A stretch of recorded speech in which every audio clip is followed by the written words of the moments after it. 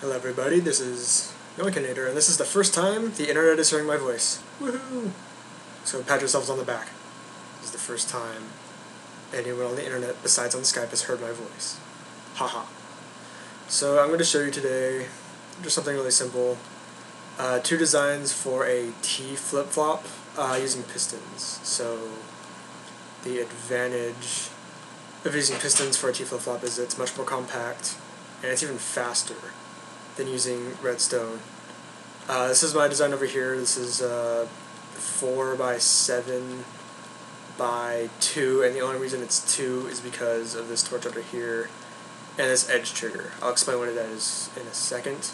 This is the second design. This is by another user. I forgot his name. I'll probably put it in the description. And I'm not even sure if he designed it himself or if he got it from somewhere else. But anyways, so both of these work pretty well. If you don't know what a T flip-flop is, basically all it really does is the way pulses are created. Let's say this is a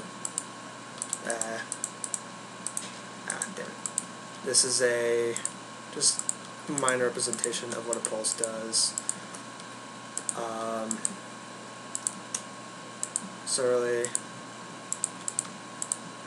this is an example of a pulse. So initially there's no charge, no pulse whatsoever, and then it becomes a pulse. This is called the front edge of the pulse, and then the lower edge of the pulse. Basically what the T flip-flop does is it'll change states every time it reaches this front edge. So if I turn it on, which it'll represent a front edge, both T flip-flops will change state, but if I turn it off, they will not change state. And if I turn it back on again, they'll change state again. Turn it off, they don't change state. So, excuse me, I have a bit of a sore throat. Anyway, so there's some advantages to both and disadvantages to both. Both of them are both smaller than the typical redstone T flip-flops, and I believe they're also much faster. They both have a delay of about 3, and if you'll notice, just look at these pistons up here. Going up, they have the same time, but going down, this one's a little bit faster, and I'm not sure if that's a weird half tick or whatever, but it is slightly faster. And so this one is 7 by 4 by 2. This one is 7 by 1 by 4.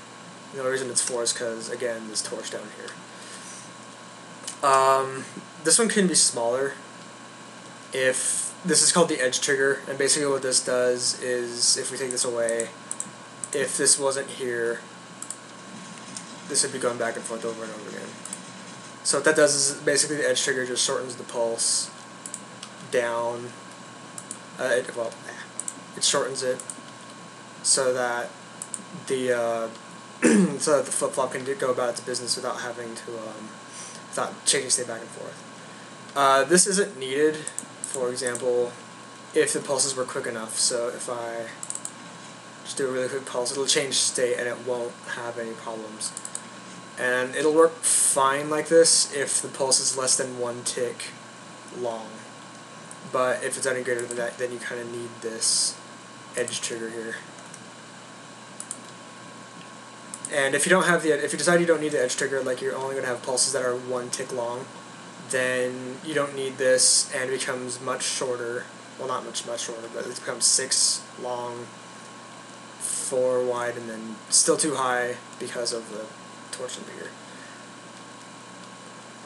One of the advantages to this one is that it has an edge trigger built in, basically. And you probably won't, I think this is the edge trigger right here, but you won't need the edge trigger if the pulses are fast enough, like I said, for this one. But one of the main problems with this design is that because of this torch, it can burn out really quickly if you decide to have really fast pulses for whatever reason. So there's the pistons over there, those are the outputs. If I just put pulses in really quickly, you'll notice that this one keeps going without any trouble, but this one will eventually stop.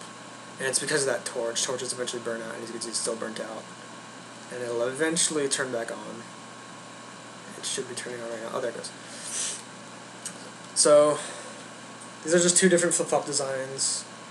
I'll put the name of whoever designed this one in the description. This one is mine.